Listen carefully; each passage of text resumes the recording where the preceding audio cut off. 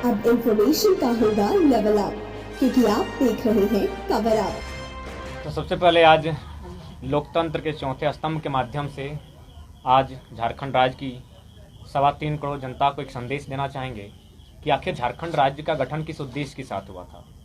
कोई राज्य अगर नया बनता है तो उद्देश्य होता है, उस उद्देश्य की पूर्ति के लिए सरकार कार्य करती है। लेकिन आज जिस उद्देश्य की पूर्ति के लिए इस राज्य का गठन हुआ था, चारों तरफ से सरकार, इससे पूर्ववर्ती सरकारें विफल नजर आ रही हैं।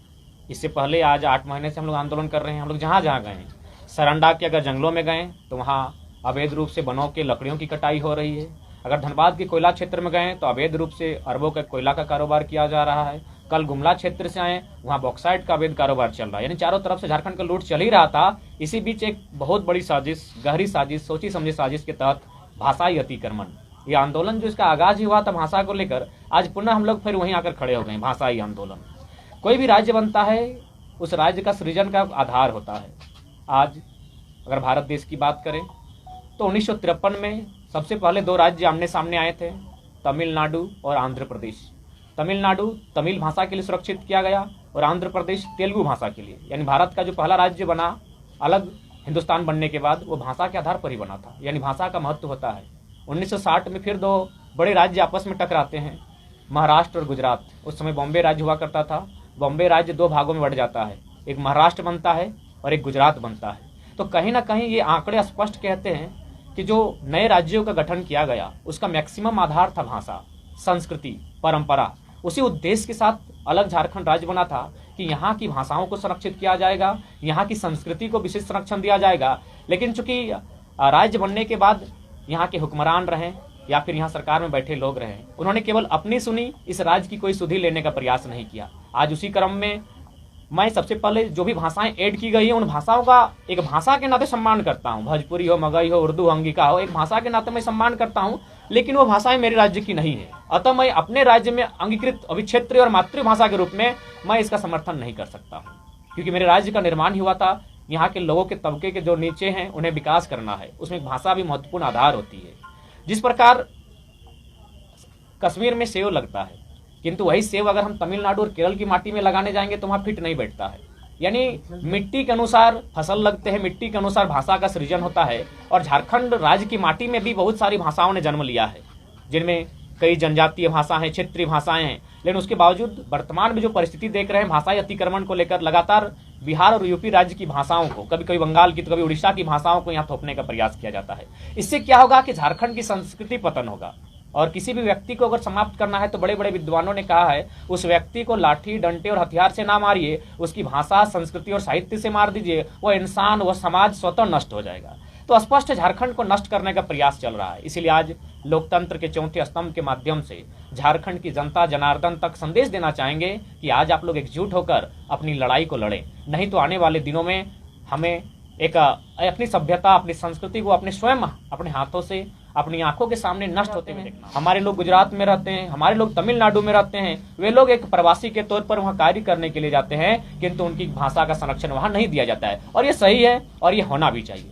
लेकिन अगर हमारे राज्य के साथ ऐसा होता है तो इससे क्या होगा, हमारी सांस्कृतिक विघटन होगा और धीरे धीरे जो हमारे लोग हैं वो लगातार हाशिए में जाएंगे। कुछ लोग, कुछ समुदाय, कुछ कबीला तो धीरे धीरे मिट भी रहे हैं, जिनमें असुरी, उनका आप इतिहास देख सकते हैं। असुरी जनजाति जिसने आज लोहा गलाने की प्रथा दुनिया को दिया, आज वो असुरी भाषा भी खत्म हो चुकी है, असुरी जनजाति भी खत्म हो चुकी है। तो इसलिए सरकार को अगर काम करना चाहिए तो झारखंड की जो भाषाएं हैं, चाहे क्षेत्रीय भाषाएं हैं, चाहे जनजातीय भाषाएं, उन पर काम करना चाहिए। लेकिन चूंकि आज भी राज्य को चलाने वाले लोग अन्य राज्यों से हैं, भले मुख्यमंत्री हमारे हैं, लेकिन चलाने वाले लोग अन्य राज्यों के हैं, वे लोग कहीं ना कहीं प्रयास करेंगे कि इस राज्य का विकास ना हो, इस राज्य का उन्नति ना हो, और वे अपने लोगों को यहाँ कैसे शिफ्ट करते हैं। तो इसलिए आज राज्य को सोचना चाहिए, राज्य की सरकार को सोचना चाहिए, और मीडिया बंधुओं के माध्यम से ये संदेश होगा कि ये भाषाई अतिक्रमण पर हम लोग बहुत जोरदार उलगुलान की तैयारी में हैं। और इस बार जो ये उलगुलान होगा, ये इसकी अगुवाई स्वयं छात्रगण करेंगे, क्योंकि भाषा कहीं ना कहीं छात्र से रिलेटेड होता है। और हम लोग प्रयास सरकार का ये होना चाहिए कि केजी टू पीजी,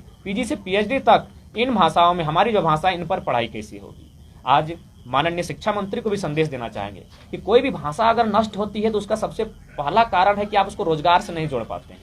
आज अगर हमारे युवा अंग्रेजी, कंप्यूटर तथा अन्य भाषाओं की ओर अगर अग्रसित हो रहे हैं, उनकी ओर आकर्षित हो रहे हैं, तो इसका कारण है रोजगार सृजन। तो इसलिए जब तक आप इन भाषाओं को, चाहे क्षेत्रीय भाषाएं हो या जनजातीय भाषाएं हैं, इनके माध्यम से अगर आप रोजगार सृजन नहीं करते हैं तो निश्चय ही उससे उनका मनमुटाव होगा, उन भाषाओं से हमारी दूरी होगी, और वो जब भाषा समाप्त होगी तो वो इंसान भी कुछ सालों में समाप्त हो जाएगा। मैंने कभी मीडिया के सामने इन बातों को नहीं रखा, लेकिन मैंने अपनी सभा में अक्सर रखा। मैंने बाहुबली फिल्म का जिक्र किया था।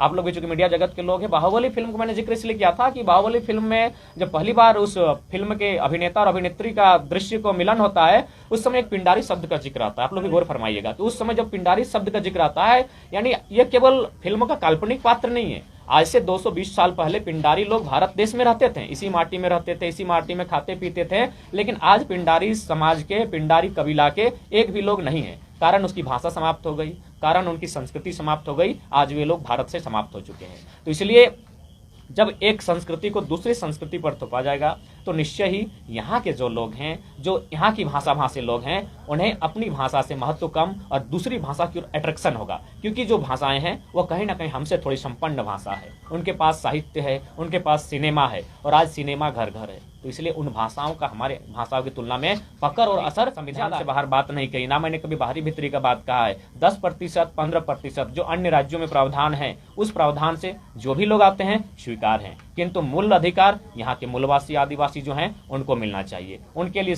आरक्षित होनी चाहिए, उनकी भाषाओं का संरक्षण होना चाहिए। जब हमारे लोग बाहर में रहने के बाद हमारी भाषाओं को वहाँ संरक्षण नहीं है, तो फिर अन्य राज्यों के लोग जो है प्रवास के तौर पर हैं, यहाँ रोजगार करने के लिए आए हैं, यहाँ खटने कमाने के लिए आए हैं, उनकी भाषाओं को यहाँ संरक्षण नहीं मिलना चाहिए। पिछली बार जो आप लोगों ने आंदोलन किया था तो सरकार वापस हुई थी, फिर वही चीज सामने आ रही है, तो कब तक ऐसे चलता रहेगा? किसको आप दोषी मानते हैं, कौन जिम्मेदार है इसमें? देखिए, कुछ जिलों में हटा भी था, जिन भाषाओं का आप जिक्र कर रहे हैं, लेकिन उर्दू, उड़िया और बंगाली ये तो हटा ही नहीं, क्योंकि उसके बारे में, उसको लेकर आप लोग का जो विरोध था, देखिए चूंकि विरोध नहीं, देखिए सबसे पहला बात है कि ये आंदोलन 2 जिलों से प्रारंभ हुआ था। अगर पूरे राज्य के लोग इस आंदोलन से कनेक्ट होते तो सभी भाषाएं हटती। उसके बाद जैसे उड़िया का जो मामला आता है या फिर बंगला का मामला आता है, चाहे अन्य भाषाओं का मामला आता है, एक बॉर्डर होता है।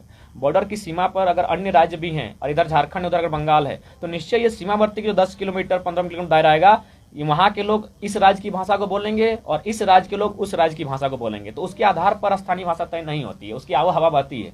तो ठीक उसी प्रकार चूंकि ये धनबाद बोकारो से आगाज हुआ था, तो वहाँ पर माने मगही और भोजपुरी को लेकर विशेषकर लोग काफी उबाल में थे, क्योंकि वह क्षेत्र बंगाल से सटा हुआ है, वहाँ तो भोजपुरी और मगही का सवाल ही नहीं बनता है। तो इसलिए काफी जोरदार विरोध हुआ था, सरकार बैकफुट पर आई थी। लेकिन उसके बावजूद इतना बड़ा आंदोलन होने के बाद आज सबसे पहले धन्यवाद कि झारखंड की तमाम मीडियाओं का, क्योंकि अभी तक ये नेशनल न्यूज नहीं बन पाया है, जबकि लोग लगातार 8 महीने से आंदोलन कर रहे हैं। इसलिए आपको बहुत बहुत धन्यवाद कि आपने आंदोलन के लिए इतनी भूमिका निभाई और आपके माध्यम से इस आंदोलन को गांव-गांव तक हम लोग ले जाने में सफल हुए हैं। तो निश्चय ही सरकार कहने का मतलब है, मैंने स्पष्ट कहा है कि सरकार बेशक राज्य के लोग चला रहे हैं, लेकिन उनके पीछे जो मुखौटा बनकर खड़े हैं वो अन्य राज्यों के हैं। चाहे मैं खुलकर बात करता हूँ, माननीय सुप्रियो भट्टाचार्य हों या श्रीमान पिंटू श्रीवास्तव हों, उनका आंदोलन से कोई वास्ता नहीं है, ना उन्होंने कभी जेल की यातना सहा है, ना कभी उनके बदन पर कोई लाठी चला है। तो वे लोग इस राज्य का मर्म को नहीं जानेंगे। यह राज्य वे लोग जानते हैं जिन्होंने अपने परिवार का, अपने सुख अमन चैन का कुर्बानी दिया है, उसके बाद राज्य मिला है। तो वे लोग बेहतर जानते हैं कि राज्य की क्या स्थिति होनी चाहिए। अच्छा, राज्य में जो चल रहा है, जो परिस्थिति है, उसको लेकर क्या कहें? देखिए, राज्य की परिस्थिति निश्चय ही बहुत विकट परिस्थिति है। खासकर मैं कोयलांचल के क्षेत्र से आता हूँ। वहाँ हाल ही 4 दिन पहले एक रात को हम लोग क्रॉस कर रहे थे, देखे मैंने प्रशासन के सहयोग से 10 अवैध कोयला की गाड़ी को मैंने पार किया गया जीटी रोड में। तो चारों तरफ से लूट मची है और इस पर सरकार की कहीं ना कहीं हिस्सेदारी बन रही है, और सरकार की हिस्सेदारी के कारण स्थानीय प्रशासन भी मौन है और चुपचाप धड़ल्ले से लगातार इस राज्य को लूटने में सब तमाशा देख रहे हैं। इसीलिए राज्य के युवाओं को संदेश यही होगा कि राज्य आपका है, यह राज्य का निर्माण आपके लिए हुआ है, आप किस प्रकार इस राज्य के भविष्य का निर्धारण करते हैं ये आपको तय करना होगा। नहीं, वो बात नहीं है। जो सरकार सरकार उथल-पुथल को लेकर में जो ध्यान बात दे रही चल है, रहा अपनी है, राजनीति के हालात पे ध्यान दे रही है, मेरा सवाल ये है। वो सवाल वो है। देखिए, सरकार यदि उथल पुथल में है तो भाई स्पष्ट है ये सरकार उसके लिए दोषी है। सरकार उथल पुथल क्यों है, इसके लिए सरकार दोषी है। सरकार के नीति नियमावली दोषी हैं। तो सरकार को अपने विषयों पर काम करना चाहिए। राज्य की 3.25 करोड़ जनता को उन्होंने विश्वास के साथ चुनकर आने का काम किया था। उन्हें उनके हित के लिए, उनके रक्षार्थ हेतु नियम बनाने चाहिए थे, लेकिन ये नियम बनाती है 10वां 12वां पास करने वाले।